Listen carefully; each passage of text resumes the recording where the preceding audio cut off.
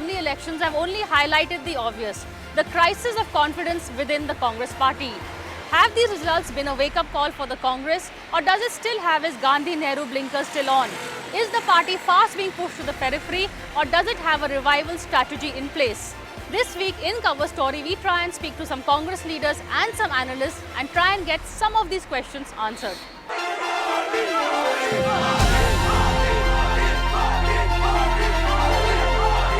Results of the 5 assembly elections came with a brutal wake-up call for the Congress, with the BJP walking away with 4 states, including the big trophy, the state of Uttar Pradesh. This left the Congress with Punjab as its saving grace, and it can be argued that Captain Amarinder Singh won Punjab despite Rahul Gandhi. But more on that later. From UP to Manipur, from consolidating its hold over the north to opening new frontiers in the northeast, Modi's BJP is fast replacing the Congress as a pan-India party, a party that is swiftly spreading its strongholds onto Congress fiefdoms. BJP is the predominant pole of Indian politics, like the Congress used to be a long time ago. And I mean, you know, he is, and Modi himself is the predominant leader, much like Indira Gandhi used to be. So, you know, the Congress is in fact in very rapid decline, and they will have to do something if they want to even forget about being a pole of Indian politics. If they want to even survive as a political force, they will have to do some very rapid action. Currently, the BJP is in power in 15 of India's 29 states, of which it is an alliance in 2, Jammu and Kashmir and Andhra Pradesh, while the Congress is reduced to 7 states, of which it is an alliance in 2 of them, Bihar and Puducherry. Of the remaining 5, 2 are in the northeast, Meghalaya and Mizoram, the others being Himachal Pradesh, Karnataka and Punjab. All these except Punjab go to polls in 2018, so the party does not have much time to get its act together. Compare this to the BJP's tally, which includes big states like Uttar Pradesh, Maharashtra, Rajasthan and Madhya Pradesh. Little wonder then that the Prime Minister and his party were in a euphoric mood as the results to the 5 assembly elections swept in. The mood was reminiscent of the 2014 Lok Sabha win, with one vital difference. At that time, candidate Modi was being felicitated for his triumph. This time, coming at a midpoint in his tenure at the centre, it is Prime Minister Modi who is being validated for his governance model. Little surprised then that the speech that Modi gave was statesmanlike, somewhat magnanimous and came with his vision statement. लोकतंत्र में सरकार बनती है बहुमत से, लेकिन चलती है सर्वमत से. But back to the deserted corridors of 24 Akbar Road, where the mood was not so euphoric. On its own, the party's scorecard was not a complete washout. It had won Punjab, maintained a credible showing in Goa and Manipur. More important, it ensured that it bettered the Aam Aadmi Party in Goa and trumped it in Punjab. The Congress has still retained the opposition space. It has not ceded this to the Aam Aadmi Party, as some analysts had predicted. However, the problem is not so much organizational as it is to do with the leadership. Rahul Gandhi is fast losing whatever little credibility he had gained by tying up with the winning alliance in Bihar. He managed to piggyback on Lalu and Nitish Kumar's win and gave the party cosmetic hope. But in UP, the politics of piggybacking did not work. Most Congress leaders acknowledge that the win in Punjab has more to do with the captain than with Rahul Gandhi. The fact that Rahul waited till the last minute before announcing Captain Amarinder as the CM face, he was also missing at the release of the party manifesto. All these are proof of the destructive, or at best apathic role that he played in crafting the Punjab win. More to the point, when it came to taking responsibility for the poor show, Rahul had only vague excuses to offer. They are saying that it is okay for them to misuse the office of the governor. That's what they're saying. Well, the fact of the matter is that there were 5 state elections. 2 of them were won by the BJP, 3 of them were won by the Congress. And in 2 of the states where we won, democracy has been undermined by them, using financial power, money. That is what has happened.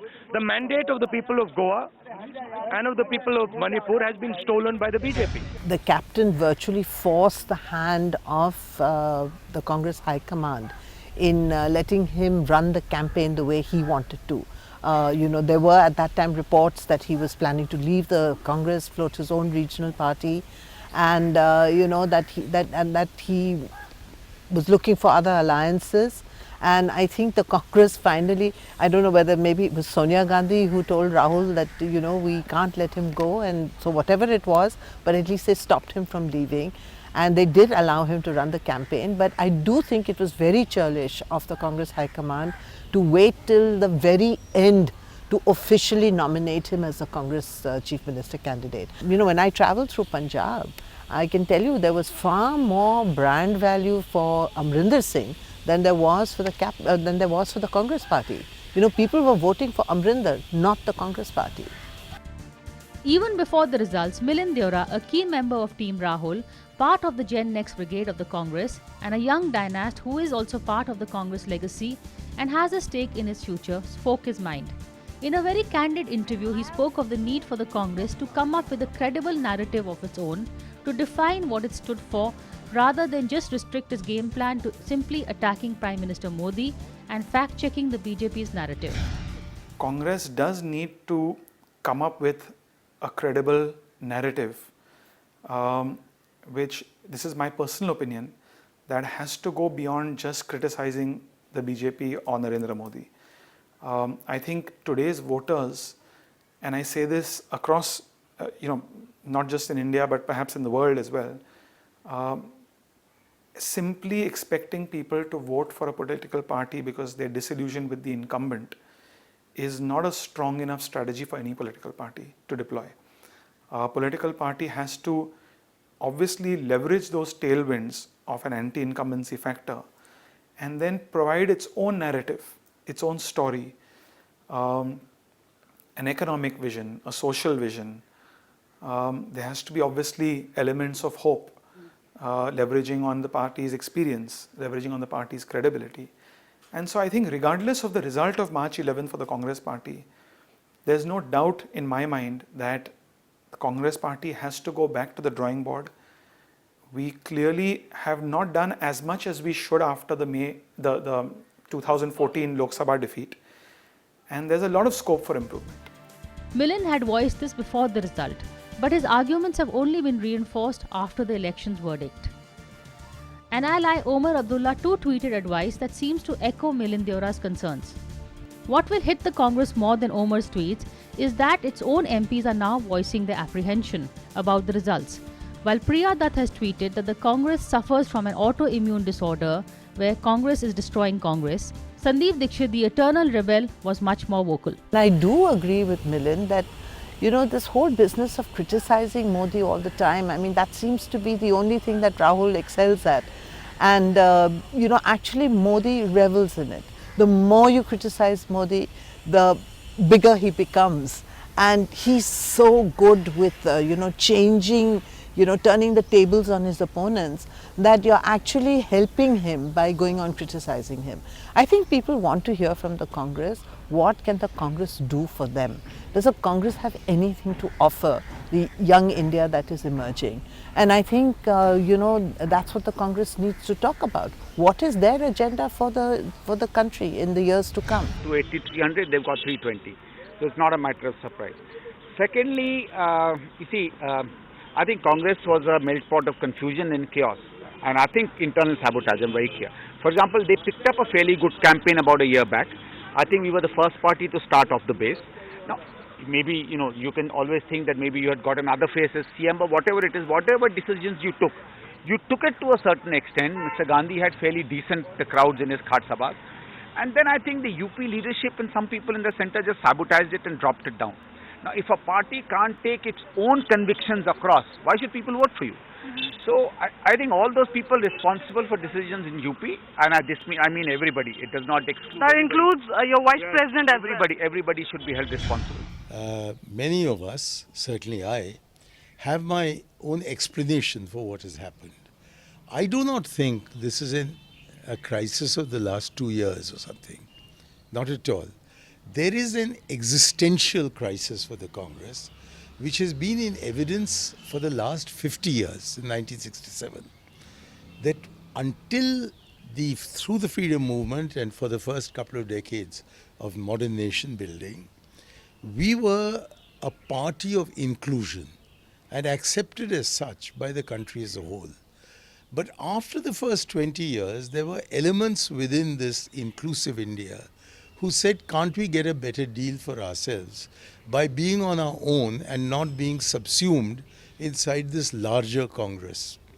And they came to the fore in the 1967 election when you could travel from Wagah on the West Pakistan border to Jessore on the East Pakistan border without passing through an inch of Congress territory. So we've had setbacks since then. And while episodically we have succeeded in recovering, as with Indira Gandhi in 71 and then 80, and then with Rahul Gandhi, with Rajiv Gandhi in 1984. The fact is that we have been in secular decline, which is a technical word for long-term decline. And from 1990, which is more than 25 years ago, it has become evident that the Congress Party's claim to be an inclusive party, while true, does not have the endorsement of large sections of the Indian population.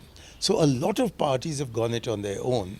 And I think the time has now arisen, again in today's context, to go back to the Sonia Gandhi formula of 2004.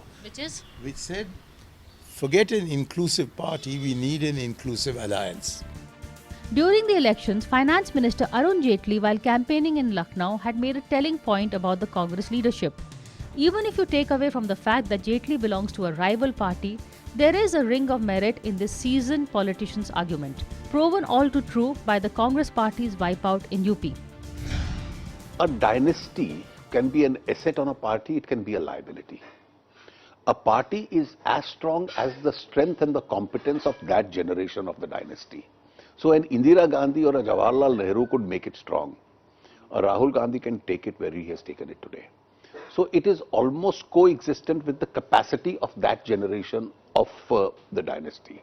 So I think now there are the diminishing returns of the dynasty. Secondly, I think dynasty also creates a peculiar situation where leadership stops growing. So you don't have state leaders. Who's their leader in UP? We are sitting here in Lucknow, so you can't instantly think of a name. Yeah. That's the problem. The third, I think the ideological dilution. What does it stand for? In 1991, it stood for liberalization and reforms. In UPA1, it stood for some kind of a left of center politics. Today, it has positioned itself as complete retrograde. So if you say subsidies must be targeted to the poor, they say we oppose Aadhaar.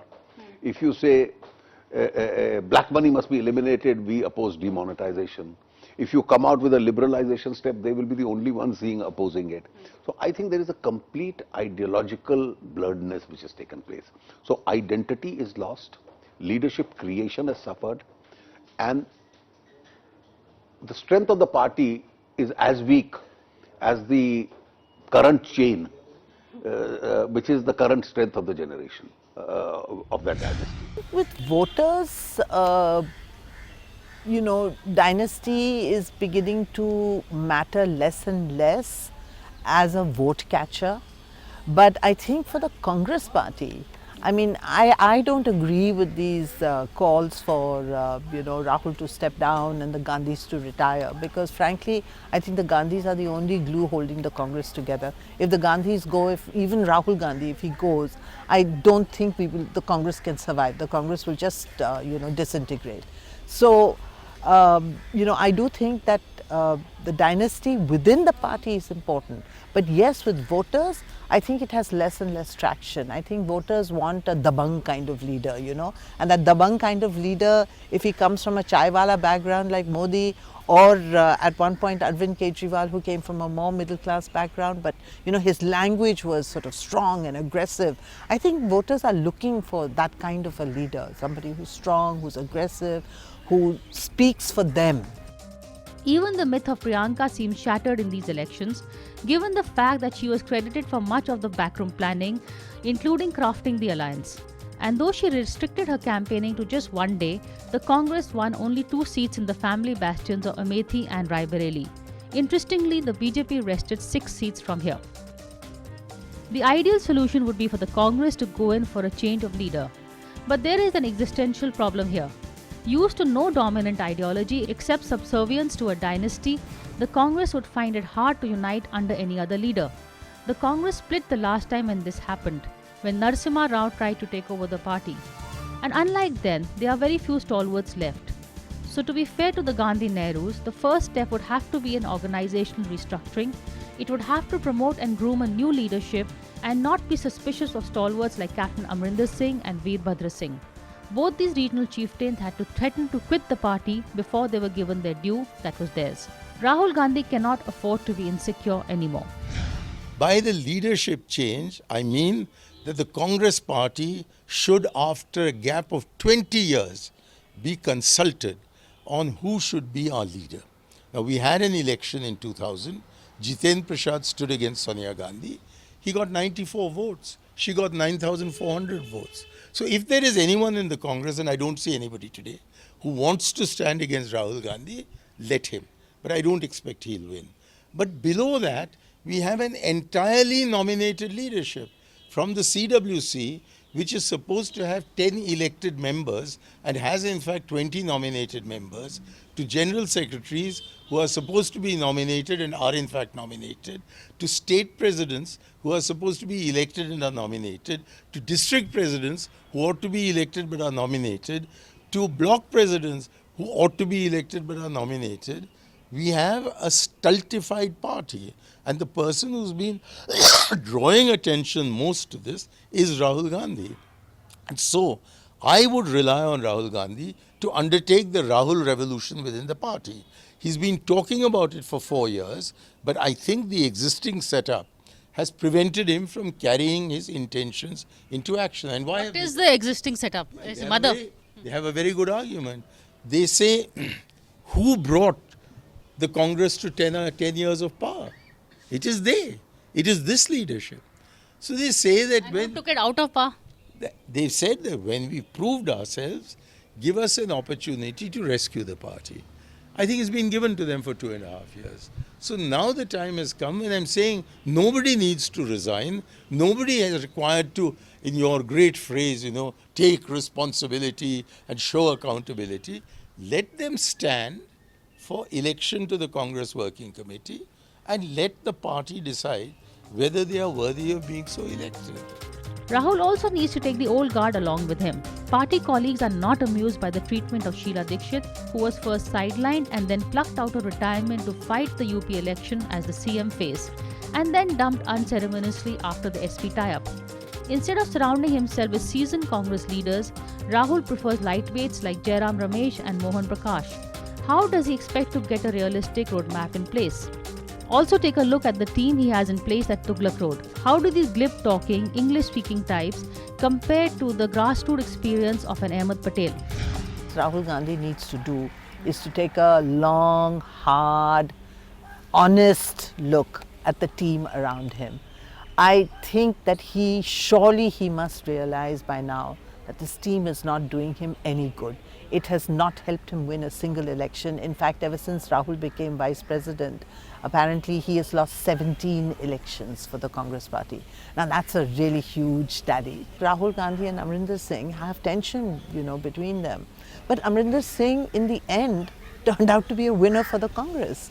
So, I'm glad that in the end Rahul did allow him to take charge of the campaign. So similarly, I think across India, what Rahul needs to do is identify people who are political, who have mass appeal, who have grassroots support, and whether he likes them or not, whether he considers them loyal to the family or not, he needs to bring them in, tap them for inputs, get their advice, involve them in, the party's activities.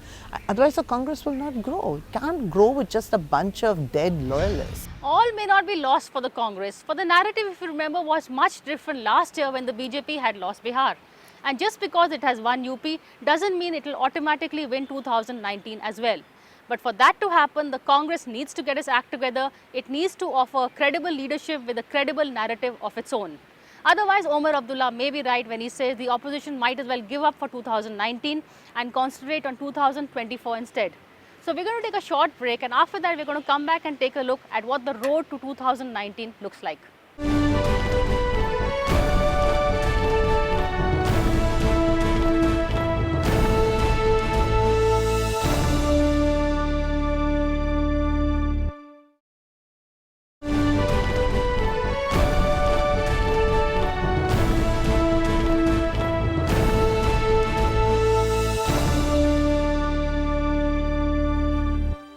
Welcome back to a very special edition of Cover Story as we try and take a look at the state of the Congress party and also try and find out if there are really any takers for these.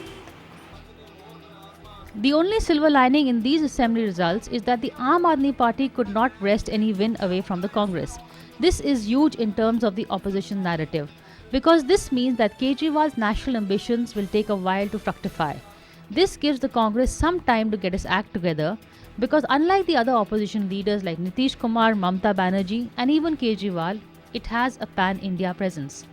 Unlike the BJP, which is still struggling to find a foothold in the south, the Congress has a presence there already. What it lacks, however, is a tall leader at the state levels. Nurturing state leadership thereby should be Rahul Gandhi's first priority. Any opposition on the basis of hatred of any XYZ is not a good equation. In the politics, in the democracy, there is a fight with the ideology. And in the opposition, the people, those have different ideologies. And there is no any equal approach for that. In a situation, if they are making alliances, the result will be a failure. Of late, Rahul seems to have abandoned his Ekla Chalo philosophy and is now piggybacking on strong regional players to counter the BJP. The opposition now needs to decide if it's going to be Modi versus the rest, then who will factor in this oppositional front, and more importantly, who will be the face of this opposition unity. Let's look at UP. Is it okay for Rahul Gandhi to keep piggybacking on somebody else's defeat or success? What about his own? What you call piggybacking is what I call a rainbow coalition.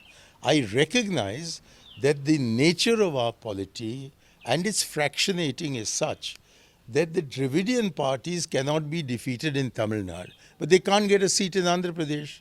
That the Telugu Desam is overwhelming in Andhra Pradesh, but they can't get a seat in Orissa. That Naveen Patnaik wins again and again and again and again, but can't get a seat in West Bengal. Where Didi is Mahakali in West Bengal, but she can't get a seat, let me finish, in Bihar. And while Nitish and Lalu lord it over everybody in Bihar, they can't get a seat in UP. And the Samajwadi Party and Mayawati are bound within the frontiers.